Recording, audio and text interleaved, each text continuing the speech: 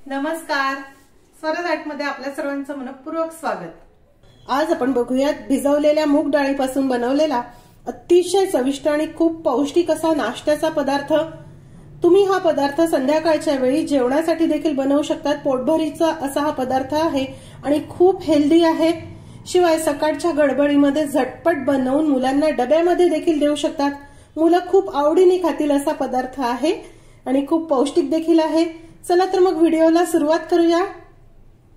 हा पदार्थ बनवण्यासाठी सर्वप्रथम आपल्याला लागणार आहे 1 वाटी मूग डाळ। 1 वाटी मूग डाळ पाण्याने स्वच्छ धुवून 6 ते 7 तासासाठी मी ही भिजत ठेवली होती। सकाळी जर तुम्हाला बनवायचा असेल तर तुम्ही रात्री झोपतानाच मूग डाळ भिजवून ठेवा किंवा रात्री जेवणासाठी बनवायचा असेल तर तुम्ही सकाळी देखील ही डाळ भिजत घातली तरी चालेल। आता मिक्सरच्या भांड्यामध्ये आपल्याला ही भिजवलेली मूग डाळ घालायची आहे। यामध्ये खूप पाणी नको, जास्त पाणी असेल तर तुम्ही काढून घेऊ शकता। थोडंसं आपल्याला वाटता येईल एवढंच पाणी यामध्ये ठेवा। आता यामध्ये 1 टेबलस्पून धणे घालूया, अर्धा टेबलस्पून बडीशोप, अर्धा टेबलस्पून जिरे घालायचे आहे, चवीनुसार हिरवी मिरची, 5 ते 6 लसूण पाकळ्या घालूया। तुम्ही जर लसूण खात नसाल तर नाही घातला तरी चालेल। लसूण नाही घातला तरी ही रेसिपी खूप मस्त होते। आता आपण हे मिक्सरला वाटून घेऊ। हे बघा, हे अगदी बारीक वाटून झालं। आता आपण हे कढईमध्ये काढून घेऊ।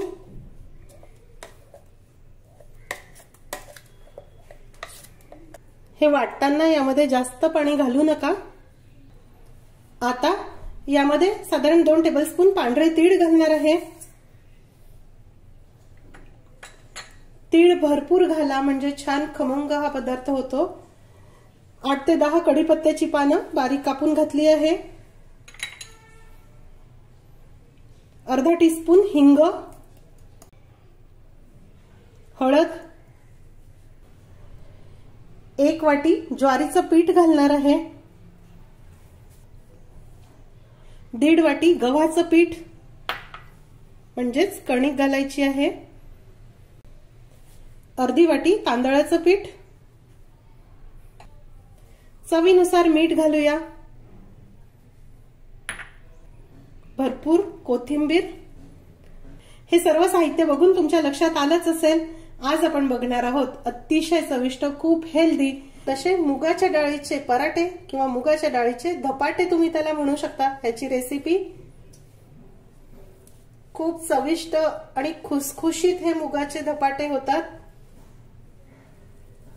आता आपल्याला काय करायचंय, हे सर्व साहित्य मिक्स करून घ्यायचं आहे। हे मिक्स करताना पाण्याचा वापर सुरुवातीला करू नका, कारण डाळीच्या ओलाव्यामध्ये हे पीठ कसं भिजतं ते बघणं गरजेचं असतं। आपण मुगाच्या डाळीचे डोसे किंवा धिरडे नेहमीच बनवतो, पण ह्या प्रकारचे पराठे पण बनवून बघा। मस्त हेल्दी असा प्रकार आहे। आता आवश्यकतेनुसार पाणी घालू। हे मिक्सरच्या भांड्यामध्येच मी थोडं पाणी घातलं आणि पोळीला मळतो त्याच प्रकारे पीठ मळून घेऊ। खूप सैल नाही पण अगदीच घट्ट देखील नाही। हे बघा, तुम्ही बघू शकता पोळीच्या पिठाप्रमाणे हे पीठ मस्त मळून झालं। आता आपण याला थोडंसं तेल लावून घेऊ। तेलाचा हात लावून हे आपल्याला जरा नीट मळून घ्यायचं आहे। आता आपण लगेचच या पिठाचा गोळा घेऊ आणि हा धपाटा आपल्याला लाटून घ्यायचा आहे। तुम्ही थोडंसं सैल भिजवून हे थालीपीठाप्रमाणे थापून देखील घेऊ शकता, पण ते भाजायला जरा वेळ लागतो। त्यामुळे असे पोळीसारखे जर पातळ पातळ भाजून घेतले तर लवकर भाजून होतात आणि दीर्घकाळासाठी मऊ देखील राहतात। त्यामुळे मी शक्यतो हे असे लाटून करते। हे बघा, ह्या प्रकारे आपल्याला ह्याला तेल लावून घ्यायचं आहे। मधून असं थोडंसं आपल्याला हे दुमडून घ्यायचं आहे। थोडंसं कोरडं गव्हाचं पीठ घालणार आहे।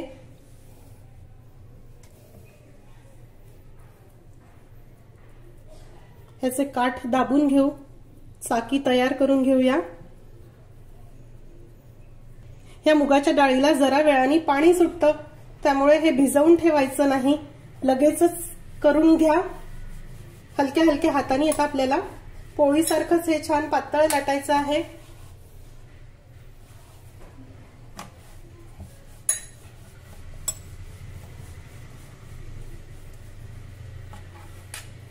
मध्ये किंचित जाडसर ठेवा, म्हणजे हे मस्त फुगतात. बघा, या प्रकारे थालीपीठ किंवा धपाटे भाजण्यासाठी इथे मी लोखंडाचा तवा गरम करायला ठेवला आणि या लोखंडाच्या तव्यावर आता आपल्याला हे भाजून घ्यायचे आहे. नेहमी करता पोळ्या किंवा थालीपीठ धपाटे बनवण्यासाठी शक्यतो लोखंडाचा तवा वापरा. लोखंडाच्या तव्यावर भाजलेले पदार्थ अतिशय खरपूस भाजले जातात. ह्याची साईड टर्न करून घेऊया. हे बघा, हे थालीपीठ किंवा धपाटा हळूहळू फुगायला सुरुवात झाली आहे.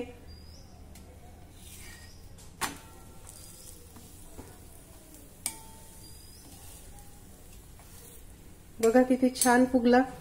आता आपण ह्याला थोडंसं तेल लावून घेऊ.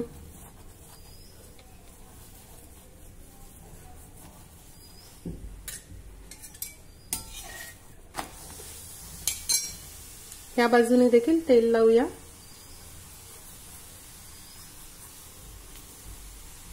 आपण मुगाचे धिरडे डोसे तर नेहमीच बनवतो, पण मुगाचे धिरडे किंवा डोसे हे गार झाल्यानंतर एवढे छान वाटत नाही. हे थालीपीठ किंवा हे जे धपाटे आहे हे तुम्ही गार जरी खाल्ले तरी खूप मस्त लागतात. अगदी आज रात्री केलेले उद्या सकाळी जरी खाल्ले तरी छान लागतात. बघा, दोन्ही बाजूनी मस्त भाजून झाले, अगदी खरपूस. दाखवते तुम्हाला. आता आपण हे काढून घेऊ. उरलेले सर्व धपाटे ह्याच पद्धतीने भाजून घेऊया.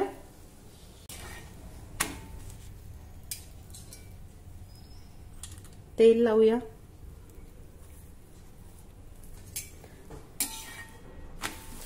तुम्हाला आवडत असेल तर तुम्ही यामध्ये कांदा आणि इतर भाज्या देखील घालू शकतात, पण नाही घातल्या तरी ते तेवढेच खमंग आणि चविष्ट होतात. झालंय हे भाजून. आता आपण हे देखील काढून घेऊ. हे बघा, अतिशय चविष्ट खूप पौष्टिक असे मुगाच्या डाळीचे धपाटे किंवा मुगाच्या डाळीचे थालीपीठ किंवा मुगाच्या डाळीचे पराठे तयार आहे.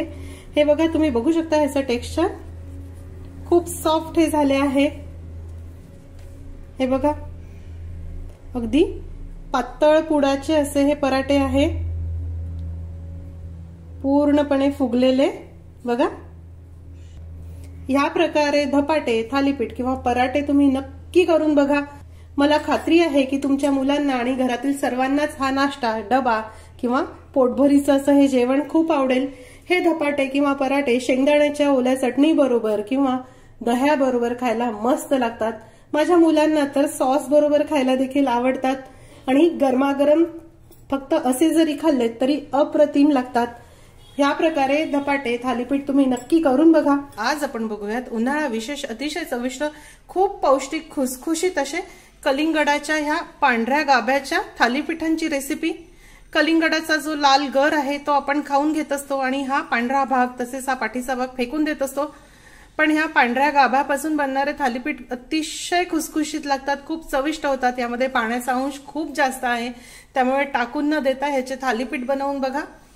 नाश्त्यासाठी किंवा संध्याकाळच्या जेवणासाठी तुम्ही हे बनवू शकता. चला तर मग बघूयात आता याची कृती. थालीपीठ बनवण्यासाठी सर्वप्रथम आपण ह्या कलिंगडाचा जो गाभा आहे पांढरा तो काढून घेऊया. त्यासाठी ही साल आपल्याला वरचेवर काढून घ्यायची आहे. आतला गर जो आहे तो तर आपण आधीच खाऊन घेतला आहे. या प्रकारे चाकूच्या साहाय्याने ही साल काढून घ्या. आता इथे या जाड किसणीवर आपल्याला हे किसून घ्यायचं आहे. तुम्ही बारीक किसणी देखील वापरू शकतात, पण जाड किसणीवर किसलं तर तो किस छान उमटून दिसतो. कलिंगडाचा गाभा किसून झाला आहे आणि कपानी मोजलं तर दाबून दाबून अगदी 2.5 कप हे आहे. पिठाचा अंदाज येण्यासाठी आपल्याला हे मोजून घ्यायचं आहे. त्यानंतर यामध्ये चवीनुसार मीठ घालूया. चवीनुसार लाल तिखट, याला तिखट थोडं जास्त घाला, पाव टीस्पून हिंग, अर्धा टीस्पून हळद घालणार आहे, 1 टीस्पून जिरेपूड, 1 टीस्पून धणेपूड घालणार आहे, 1 टीस्पून ठेचलेला लसूण आणि 3 टेबलस्पून दही घालायचं आहे। आता आपल्याला हे व्यवस्थित मिक्स करून घ्यायचं आहे। मीठ, सर्व मसाले आणि दही हे यामध्ये व्यवस्थित मुरायला हवं। कलिंगडाला मुळ्याप्रमाणेच पाणी सुटत असतं आणि आपण जेव्हा त्याला हे मीठ वगैरे लावून ठेवतो तेव्हा त्याला अजून पाणी सुटतं। हे व्यवस्थित मिक्स झालं, तुम्ही बघू शकता। आता हे सर्व मसाले या कलिंगडाच्या सालीसोबत मुरण्यासाठी आपण जरा 10 मिनिट हे बाजूला ठेवून देऊ। हे बघा, साधारण 10 ते 15 मिनिटांनंतर हे व्यवस्थित मुरलं आहे। याला असं पाणी सुटलं आहे, ओलसर हे झालं आहे। आता यामध्ये एक मोठ्या आकाराचा कांदा घालणार आहे। तुम्ही कांदा लसूण खात नसाल तर नाही घातला तरी चालेल। कोथिंबीर, 1 टेबलस्पून पांढरे तीळ घालणार आहे,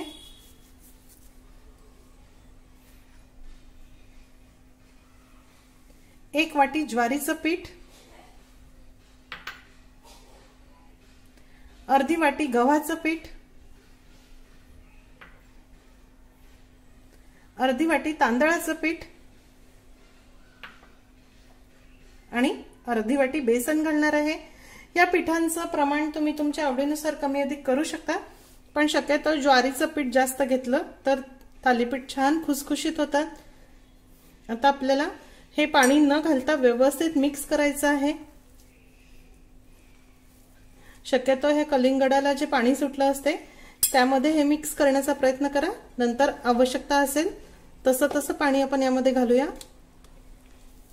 हे बघा, हे व्यवस्थित मिक्स झालं आहे, पण अगदी सहज थापता येण्यासारखं नाही, थोडंसं कोरडं आहे, त्यामुळे पाण्याचा हात लावून हे थोडं आपण मऊ करून घेऊ।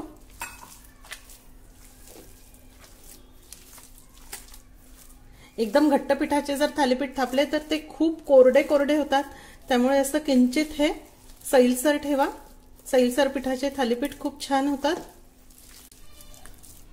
हे व्यवस्थित मऊ झालं आहे, हे बघा छान मळून घेतलं। आता आपण थालीपीठ थापून घेऊ, त्यासाठी हा एक सुती रुमाल मी ओला करून घेतला आहे। याला थोडंसं अजून पाणी लावून घेऊया आणि ह्या थालीपीठाचा आपल्याला थोडा गोळा घ्यायचा आहे।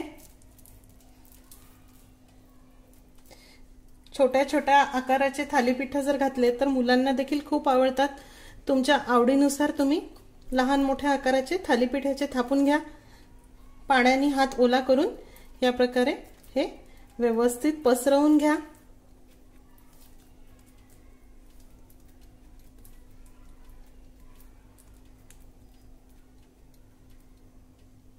लहान लहान पातळ पातळ हे थालीपीठ खूप छान वाटतात। मुलांना डब्यामध्ये देखील तुम्ही असे एकसारखे हे थालीपीठ देऊ शकता। मधोमध छिद्र करून घेऊ। आता याला वरच्या बाजूनी मी थोडे तीळ चिटकवून घेणार आहे।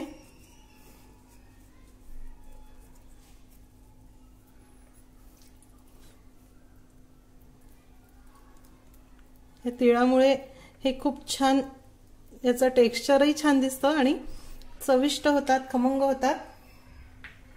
थालीपीठ भाजण्यासाठी मी तवा गरम करायला ठेवला आहे।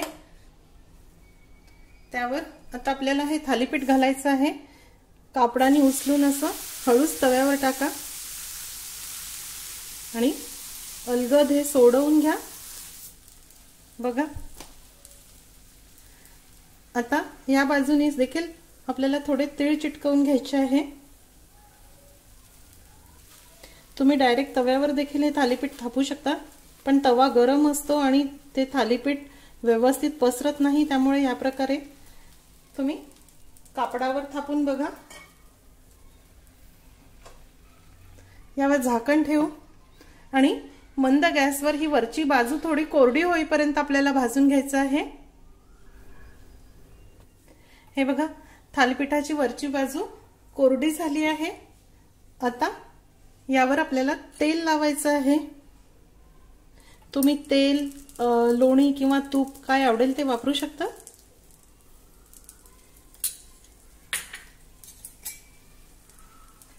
साइड टर्न करून घेऊ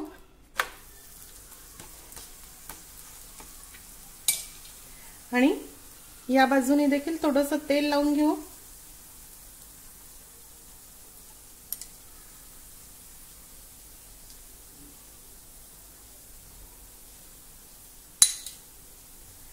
आता मध्यम ते मंद गॅसवर घाई न करता आपल्याला हे थालीपीठ खरपूस भाजून घ्यायचे आहे. थालीपीठ भाजायला घाई करू नका, ते बनवायला वेळच लागतो. त्यामुळे मंद गॅसवर व्यवस्थित भाजा, म्हणजे पीठ आणि कलिंगडाची साल देखील व्यवस्थित शिजेल आणि थालीपीठ छान कुरकुरीत खुसखुशीत असे होतील.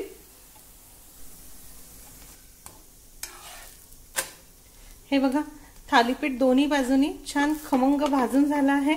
आता आपण हे काढून घेऊया.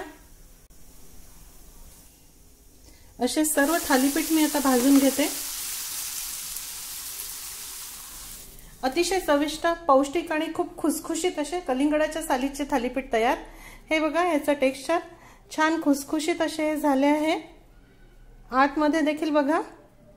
तुम्ही हे थालीपीठ घरच्या दह्याबरोबर, लोण्याबरोबर किंवा सॉस बरोबर खा.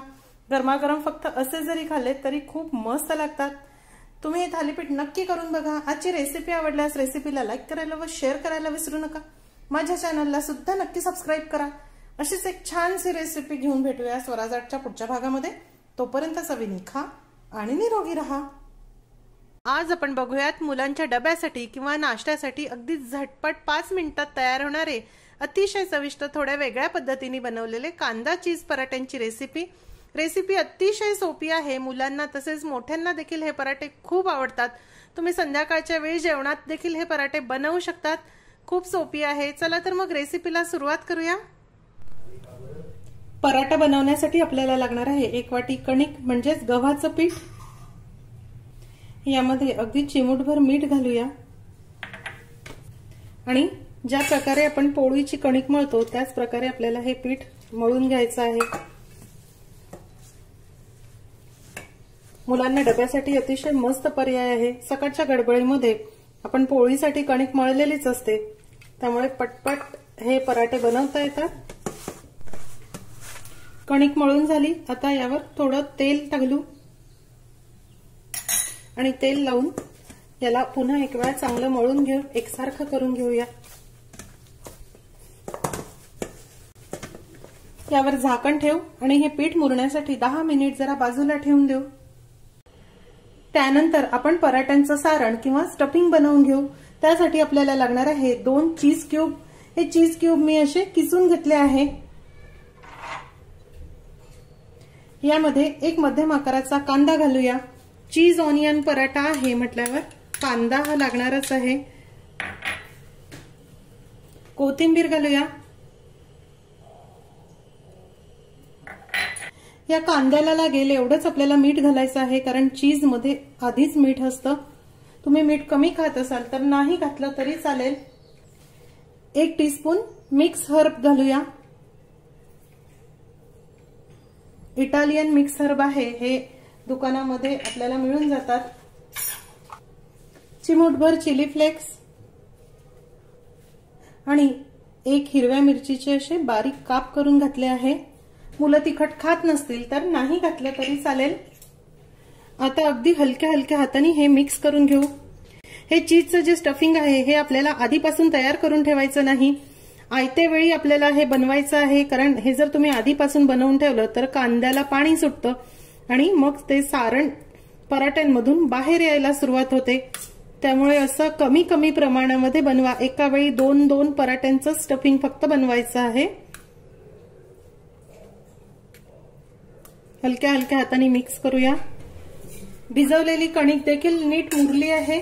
आता आपण एक वेळा ही नीट मळून घेऊया। कणिक नीट मळून झाली। अगदी चांगल्या प्रकारे कणिक नेहमी मळून घ्या। कणिक मळून घेतली की यातील ग्लुटन ऍक्टिव्हेट होतं आणि पराठे लाटताना किंवा भाजताना फुटत नाही, फाटत नाही। आता आपण पराठे लाटून घेऊया। त्यासाठी पिठाचा थोडा मोठा असा गोळा मी घेतला आहे।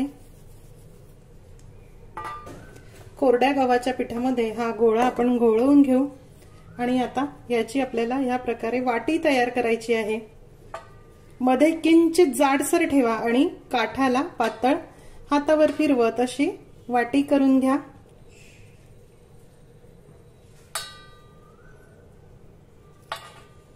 या प्रकारे वाटी करून जर तुम्ही पराठे बनवले तर ते सहसा फुटत नाही। आपण लाटून घेतलं की तो एकसारखा लाटला जातो आणि मग एका बाजूनी पराठा जाड आणि दुसऱ्या बाजूनी पातळ होतो। आता हे चीजचं जे स्टफिंग आहे ते आपल्याला यामध्ये भरायचं आहे।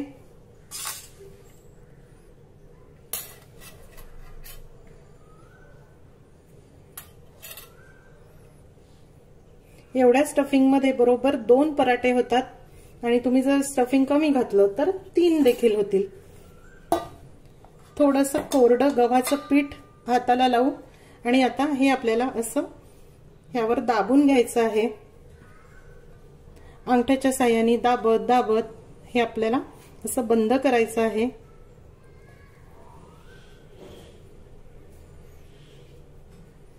ज्या प्रकारे आपण मोदक बंद करतो तसंच हे आपल्याला हळूहळू करून बंद करायचं आहे।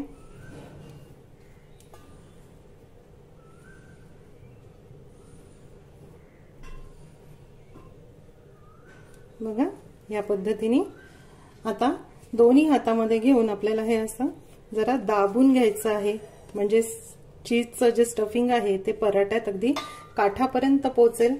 थोडं कोरडं गव्हाचं पीठ घेऊ आणि आता याची आपल्याला अशी चाकी करून घ्यायची आहे।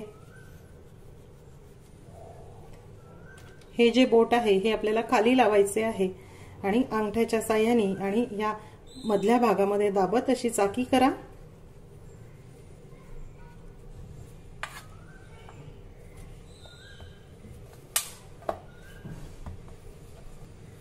आता हलक्या हलक्या हाताने पराठा लाटून घेऊ।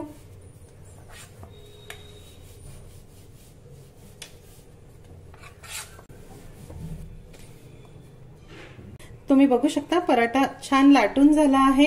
किंचित जाडसर मी हा ठेवला। पराठा भाजण्यासाठी इथे मी तवा गरम करायला ठेवला, त्यावर हा पराठा घालूया। आता आपण या पराठ्याची साइड टर्न करून घेऊया। मध्यम ते मोठ्या आचेवर पराठे व्यवस्थित आपल्याला खरपूस भाजून घ्यायचे आहे।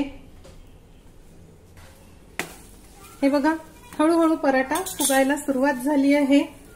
आता पुन्हा मी याची साइड टर्न करून घेतली। यावर आता साजूक तूप लावूया। तुपाऐवजी तुम्ही तेल किंवा बटर देखील लावू शकता।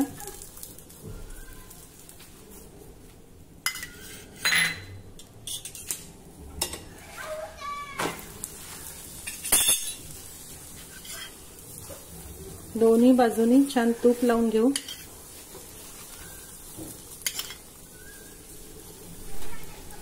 हे बघा हा पराठा दोन्ही बाजूनी छान खमंग भाजून झाला। आता यावर वरच्या बाजूनी आपण थोडे मिक्स हर्ब घालूया। खूप मस्त टेक्स्चर ह्याचं येतं आणि थोडी कोथिंबीर, साइड टर्न करून घेऊ। या बाजूनी देखील थोडे मिक्स हर्ब घालूया।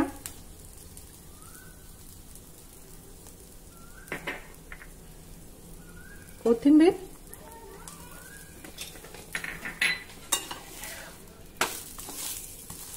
अशा प्रकारे या गरम पराठ्यावर तूप असल्यामुळे हे मिक्स हर्ब आणि कोथिंबीर याला छान चिकटून बसते आणि दिसायला पराठे अगदी खूप मस्त दिसतात।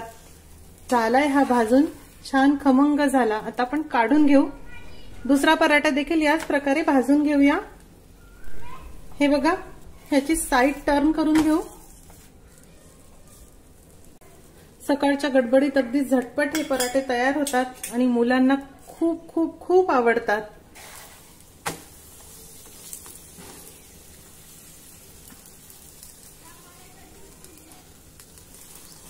हे बघा, हा पराठा देखील किती मस्त फुगला आहे।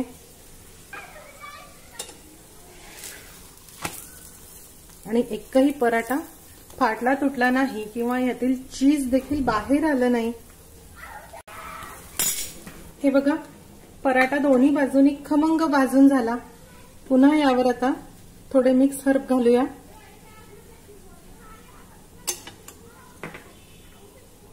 कोथिंबीर,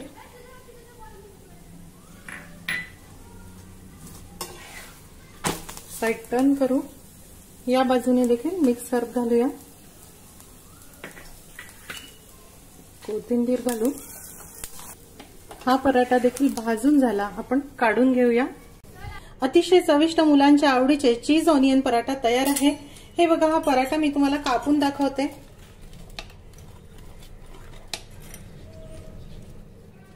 किती छान लुसलुशीत हे पराठे झाले आहे आणि आतमध्ये देखील बघा, कांदा आणि चीजचं स्टफिंग अगदी काठापर्यंत पोहोचलं आहे।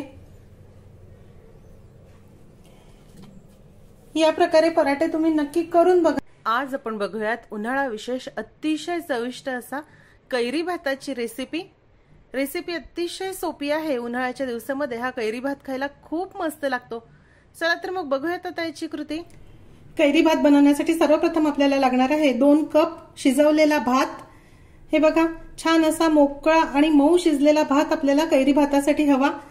मी या ठिकाणी कालीमुछ तांदूळ वापरले आहे। तुम्ही कुठलाही मोकळा होणारा तांदूळ इथे वापरू शकता। शक्यतो तांदूळ लवकर शिजवून ठेवा, भात लवकर करून ठेवा, म्हणजे तो गार झाल्यानंतर असा छान मस्त मोकळा होतो। थोडा तेलाचा हात लावून या प्रकारे हा भात मी छान मोकळा करून घेतला। आता यामध्ये 4 ते 5 टेबलस्पून किसलेली कैरी घालणार आहे। कैरीचं प्रमाण हे तुम्ही तुमच्या आवडीनुसार कमी अधिक करू शकता। मी इथे तोतापुरी कैरी घेतली आहे। बारीक किसणीवर कैरी किसून घेतली। 1 ते 1.5 टेबलस्पून खोवलेलं ओलं नारळ। ह्या ओल्या नारळामुळे ह्या भाताची चव खूपच मस्त येते। अगदी चिमूटभर साखर घालणार आहे। साखर घालणे हे ऑप्शनल आहे, पण थोडी घातली तर याची चव खूप वाढते। चवीनुसार मीठ घालूया। कोथिंबीर आणि हे आता आपण छान एकत्र करून घेऊ, मिक्स करून घेऊ।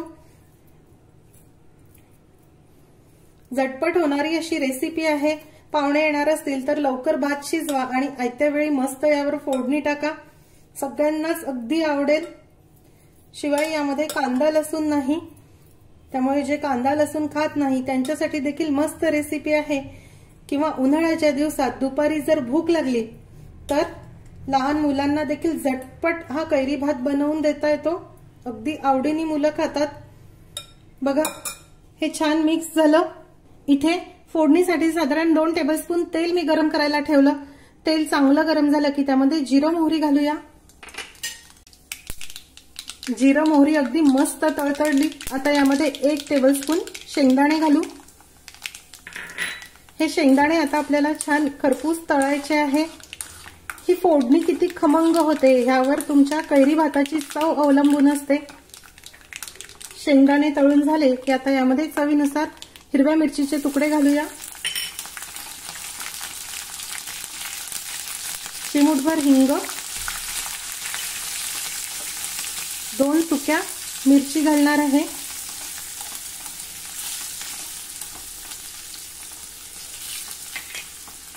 आता 1 टेबलस्पून फुटाण्याचं डाळ घालू। त्या डाळ्यामुळे या भाताची चव खूप खमंग येते। ज्या प्रकारे आपण चिवड्यामध्ये घालतो त्याच प्रकारे आपल्याला इथे हे घालायचं आहे। कढीपत्त्याची पानं, हळद घालूया। बघा, अगदी खमंग अशी ही फोडणी तयार। आता आपण गॅस बंद करू। तयार झालेली फोडणी आता या भातावर घालूया।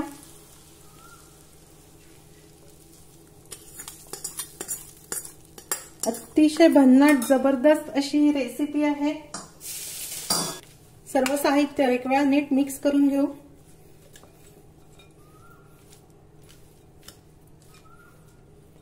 तुमच्या मुलांच्या मधल्या वेळेच्या भुकेसाठी किंवा येणाऱ्या पाहुण्यांसाठी आवर्जून करून बघा।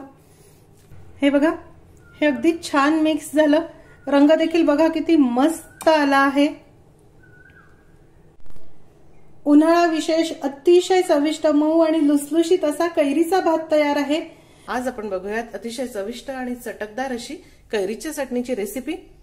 शेंगदाणे किंवा खोबरं न वापरता थोड्या वेगळ्या पद्धतीने आज ही चटणी आपण बनवणार आहोत। खूप चविष्ट अशी लागते, शिवाय एकदा बनवल्यानंतर 2 ते 3 दिवस देखील सहज टिकते। चला तर मग बघूयात आता याची कृती। सर्वप्रथम एखाद्या पॅन मध्ये किंवा कढईमध्ये 2 टेबलस्पून हरभरा डाळ घेऊया किंवा चना डाळ घ्यायची आहे। यामध्येच 2 टेबलस्पून उडदाची डाळ, साल नसलेली उडदाची डाळ आहे। मी या ठिकाणी दोन्ही डाळी अनपॉलिश वापरणार आहे, ह्याची टेस्ट खूप मस्त येते। यामध्ये 1 ते 2 टीस्पून तेल घालायचं आहे आणि मंद गॅसवर आता आपल्याला ह्या डाळी छान खमंग भाजायच्या आहे। ह्या डाळी भाजताना घाई करू नका, अगदी मंद गॅसवर आपल्याला भाजायच्या आहे। तुम्ही जर विकतच्या किंवा पॉलिश डाळी वापरत असाल तर त्या कापडाने व्यवस्थित पुसून घ्या, कारण बरेच वेळा त्याला पावडरी लावलेल्या असतात टिकण्यासाठी किंवा कीड लागू नये म्हणून। या घरगुती अनपॉलिश डाळी आहे। या डाळी थोड्या हलक्या तांबूस रंगावर भाजून झाल्या आहे, अर्धवट भाजून झाल्या। आता यामध्ये 2 टेबलस्पून सुकं खोबऱ्याचा किस घालणार आहे। चवीनुसार बॅडगी मिरची घालणार आहे आणि मंद गॅसवर हे देखील आपल्याला व्यवस्थित भाजायचं आहे। सुरुवातीला जर खोबरं मिरची घातली तर ती करपते, डाळी भाजायला वेळ थोडा जास्त लागतो, म्हणून खोबरं आणि मिरची थोडं अर्ध भाजून झाल्यानंतर घालावं। आता हे छान तांबूस होईपर्यंत आपल्याला परतायचं आहे। गॅसची फ्लेम अगदी मंदच ठेवा। हे बघा, डाळी आणि सुकं खोबरं छान एकसारखं भाजून झालं आहे, अगदी मस्त खरपूस तांबूस रंग याला आला आहे। आता यामध्ये 1 टीस्पून अख्खे धणे घालणार आहे। या धण्यांची टेस्ट खूप मस्त येते। धणे घातल्यानंतर अगदी थोडा वेळ आपल्याला हे परतायचं आहे। झालंय हे, आता आपण काढून घेऊया। त्यानंतर कढईमध्ये 1 मध्यम आकाराचा कांदा घालणार आहे। 8 ते 9 लसूण पाकळ्या, यावर देखील थोडं तेल घालूया। कांदा लसूण आपल्याला थोडा भाजून घ्यायचा आहे। कांदा घातल्यामुळे छान टेस्ट येते ह्याला, पण हा आपण थोडा भाजून घेऊ म्हणजे चटणी 2-3 दिवस व्यवस्थित टिकेल। कच्चा कांदा घातला तर चटणी टिकणार नाही। आता या कांदा लसूण सोबतच आपल्याला ही अर्धी वाटी कैरी देखील घालायची आहे। या ठिकाणी मी ही कमी आंबट तोतापुरी कैरी वापरली आहे। शक्यतो हीच कैरी वापरा, म्हणजे चटणी खूप आंबट होणार नाही। सालीसह कैरी मी वापरणार आहे। या कैरीच्या सालाची देखील खूप मस्त टेस्ट येते। तुम्हाला नको असेल तर तुम्ही कैरीची साल काढून घेऊ शकता। आता आपल्याला हे थोडं मऊ होईपर्यंत परतवायचं आहे। कांदा कैरी हलक्या तांबूस रंगावर भाजून झाली, अगदी खूप लाल देखील करू नका आणि थोडी मऊ देखील झाली आहे। हे बघा, आता आपण हे काढून घेऊया आणि थंड करून घेऊ। इथे मिक्सरच्या भांड्यामध्ये सर्वप्रथम आपल्याला हे भाजलेल्या डाळी, खोबरं आणि मिरची बारीक करून घ्यायची आहे, ह्याची पूड करून घ्यायची आहे। सुके जिन्नस आपल्याला सुरुवातीला बारीक करायचे आहे। पाणी न घालता ह्याची पूड करून घेऊ। डाळी, खोबरं आणि मिरचीची पूड तयार झाली आहे। आता यामध्ये भाजलेला लसूण, कांदा आणि कैरी घालूया। 2 टेबलस्पून गूळ घालणार आहे। गुळाचं प्रमाण हे तुम्ही तुमच्या आवडीनुसार कमी अधिक करू शकता। चवीनुसार मीठ घालायचं आहे। यामध्ये आवश्यकतेनुसार पाणी घालूया आणि ह्याची चटणी वाटून घेऊ। चटणी वाटून झाली, हे बघा तुम्ही बघू शकता ह्याचं टेक्स्चर। आता आपण ही काढून घेऊया। अगदी खूप बारीक गुळगुळीत ही वाटू नका, या प्रकारे किंचित ओबडधोबडच ठेवा। चटणी इथे एका पसरट भांड्यामध्ये काढून घेतली आहे, हे बघा। फोडणीसाठी तडका पॅन मध्ये 1 ते 1.5 टेबलस्पून तेल गरम करायला ठेवलं आहे। तेल गरम झालं की त्यामध्ये थोडी मोहरी घालूया, चिमूटभर हिंग,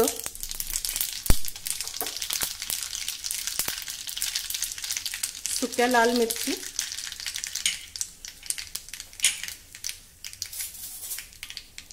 कढीपत्त्याची पाने घालणार आहे। तयार फोडणी आता आपल्याला या चटणीवर घालायची आहे। अतिशय चटकदार, आंबट, गोड, तिखट आणि खमंग अशी डाळींमधील कैरीची चटणी तयार। ही चटणी फ्रीज मध्ये साधारण 2 ते 3 दिवस देखील सहज टिकते। तुम्ही कुठल्याही प्रकारच्या पराठ्यांबरोबर, पोळी बरोबर, भाकरी बरोबर खाऊ शकता। अगदी थोडी जर पातळ केली तर गरमागरम भातावर देखील खायला ही चटणी खूप मस्त लागते। आजचा व्हिडिओ तुम्हाला कसा वाटला हे मला जरूर जरूर कळवा। आजची रेसिपी आवडल्यास रेसिपीला जास्तीत जास्त लाईक करायला व शेअर करायला विसरू नका। माझ्या चॅनलला देखील नक्की सबस्क्राईब करा। अशीच एक छानशी रेसिपी घेऊन भेटूया स्वराजच्या पुढच्या भागामध्ये। तोपर्यंत चवीने खा आणि निरोगी राहा।